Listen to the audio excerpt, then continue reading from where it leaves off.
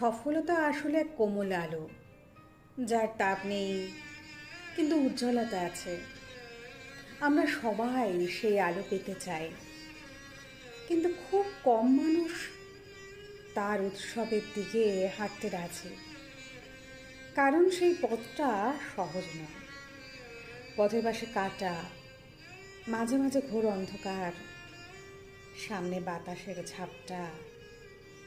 মানুষ চায় জিততে, কিন্তু জয়ের আগে হেরে যাওয়া ভয় তাকে দুর্বল করে তোলে।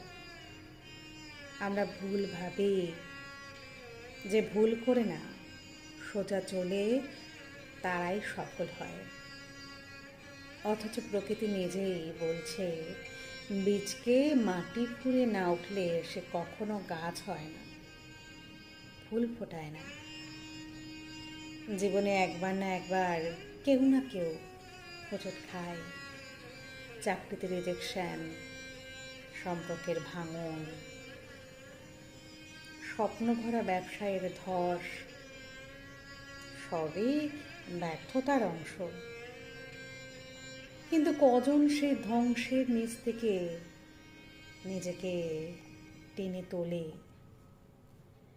যে মানুষ হেরে গিয়েও উঠে দাঁড়ায়, ব্যর্থতায় গ্লানি পেরিয়ে হাসে, সেই মানুষই ইতিহাস করে।